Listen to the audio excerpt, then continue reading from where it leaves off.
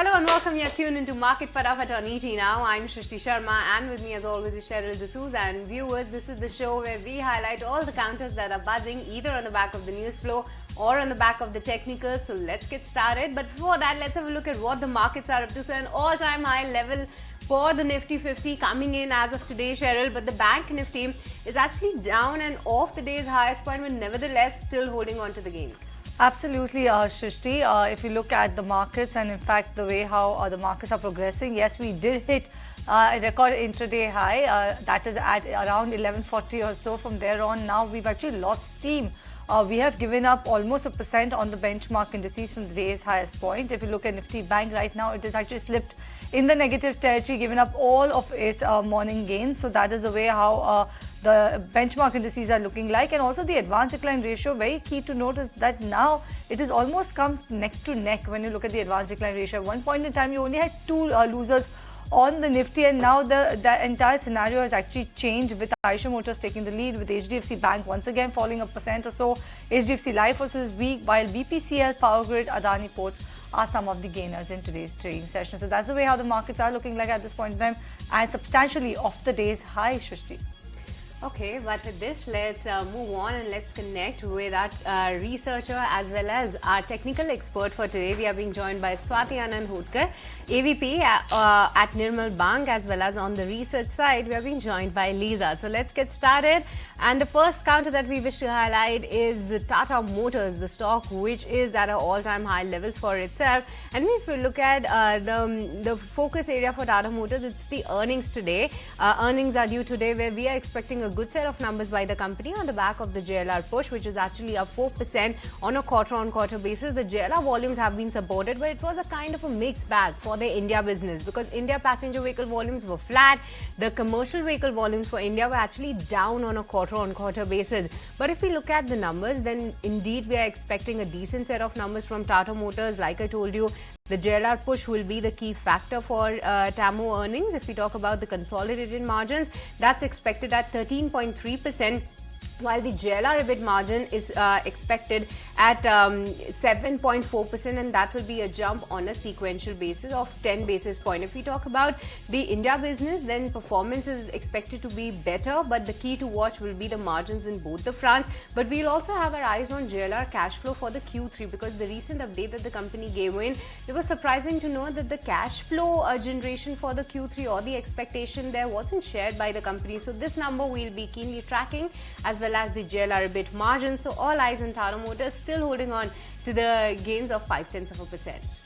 All right, 0.5% gains coming in for Tata Motors as we speak. All eyes on the earnings. But Swati, let's talk about New India Assurance and how is this one looking on the charts. We did see in run up to the budget that entire space actually get heated up. Yes, already the stock has really doing very well on the technical front. If you look towards a weekly chart formation, the stock has given the formation of a flat pattern, and it's on the verge of giving the breakout. I believe the breakout comes at around 245 to 46 levels. On intraday basis, we are getting a tick of that level, but we need a breakout on the closing basis. The overall structure of the chart is really positive. So one can go for a long position or hold a long position. I'm looking for a target of at least 300 levels of the high side. Based on the downside, the support is placed at 210. So my view will remain a positive as long as stock trades above 210 levels for immediate target of 300 rupees. Alright, so that's New India Assurance for you. Let's put the spotlight on some of the stocks that have come out with their earnings and that have hit record high levels. Let's talk about RPG Life Sciences. This particular counter hit a record high levels on an intraday basis. At one point in time, the stock was trading higher by as much as 5%, hitting a record high 1,695 rupees per share on an intraday basis. The company reported about 39% year-on-year jump when it comes to their profit numbers. While if you look at the revenue from operations, that's an uptick of as much as 18% on a year-on-year basis. Given the fact that they've seen a healthy growth coming in for the PAT as well as revenue in the quarter gone by, the stock in fact has moved above is 200 DMA, and that was the first time since June, but now holding on to gains about 2.8%.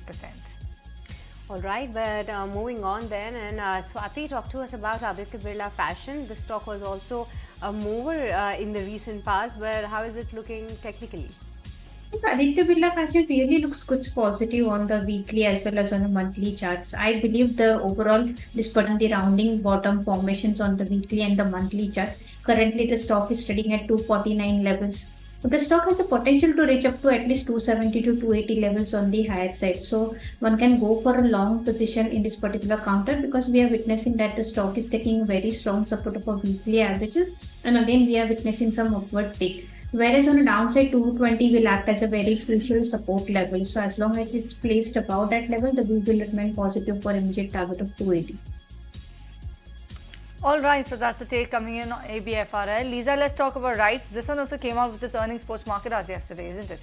Right, so RITES came out with its earnings, and talking about the earnings parameters, the revenue that was flat on year basis, the net profit that fell, that was slowed down and it fell at around 12%. Now revenue was mainly impacted by the exports segment, which saw a drop of around 33% on year basis, but the management highlighted that they will be seeing an uptick and recovery in exports in FY25. Now, even the margin that also has narrowed down to 24.7% from 28.7%, which was seen last year. And the order book, however, remains strong. It stood at around 5,476 crore, and they have won around more than 100 orders in Q3. So that's about right, and it's trading down around 4% as we speak because the earnings that had missed estimates. All right, that's the update from RITES. But Swati, another stock which is very close to its all-time high levels, that is Apollo Tyres. No stopping for this one. Tell us what are the next targets that you're looking out for. Swati, your take on Apollo Tyres? Yes, Apollo Tyres really looks good, very positive on the technical front. From the last 3 to 4 months, we are witnessing a very positive momentum from almost 400 to now it's currently trading at 540 levels. The overall setup on the technical front is really very positive. Whereas on the large, if you look towards on a monthly chart, also the stock is trading in the formation of the high tops, high bottom in upward rising channel. So I believe that the overall structure technical setup is really good, and we believe that it has a potential to reach up to 600 levels. So the view is definitely positive on this particular counter. I believe the 510 is acting as a very crucial support level. So as long as it sustains above that level, one should hold their long position for immediate target of 580 to 600 levels on high side. All right, so that's the take coming in on Apollo Tyres. But on that note, thank you so much, Lisa, as well as Swati, for joining us on the show and taking our viewers through the stocks that are buzzing in trade. Yes, limited number of stocks, but we have a very important management joining us on the other side of the break, viewers, so don't go anywhere.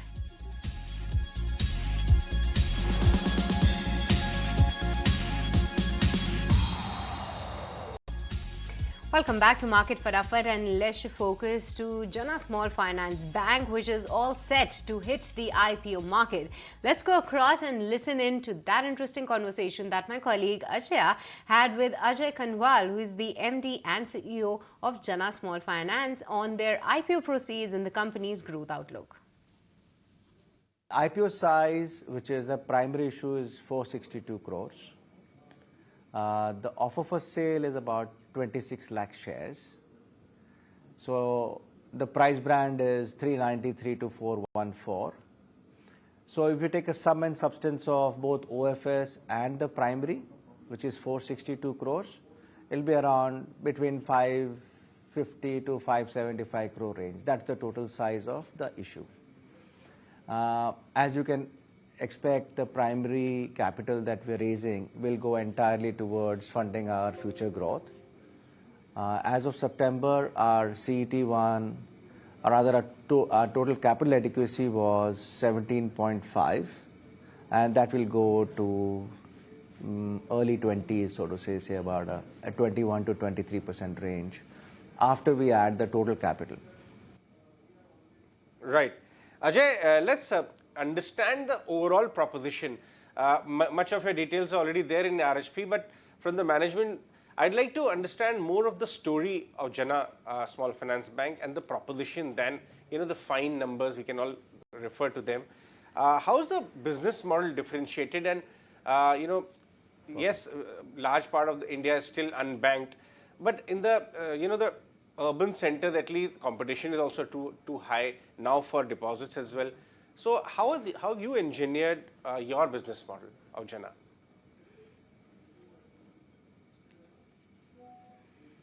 Right. So a few things for as a background. See, Jana's origin was a microfinance institution. And when we began the bank, we decided that it's very important that we focus on all customer needs. And when you do that, you end up first thinking about his mortgage, you think about his business and see how we can finance his business, either unsecured or secured. And then you think about what else does he need, like two-wheelers, etc. So our journey in 2018 began as a microfinance institution. But as I speak to you today, Ajay, our 57.8% of our book is secured. So Jana is incrementally over the last 5.5 years reflecting the balance sheet of a consumer. A customer's typical balance sheet has to be, the largest asset has to be home loans. And of course, following that could be a car loan, a two-wheeler loan, and so on and so forth.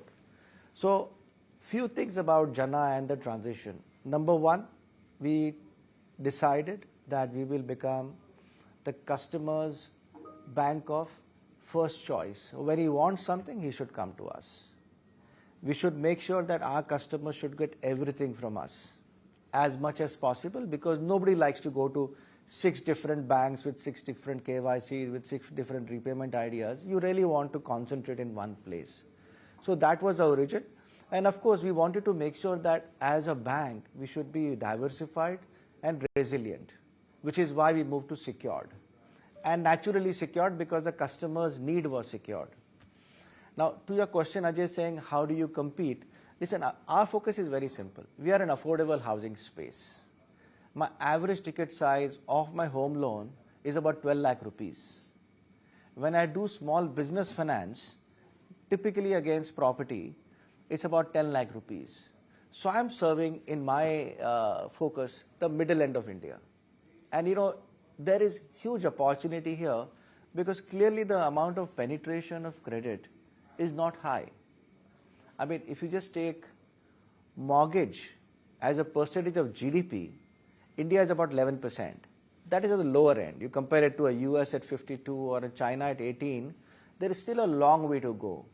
So that's really our business model, which is 1, making sure we serve customer needs, 2, turning more secured, and of course we are a national franchise across 24 states with 770 branches, so we are very geographically diversified.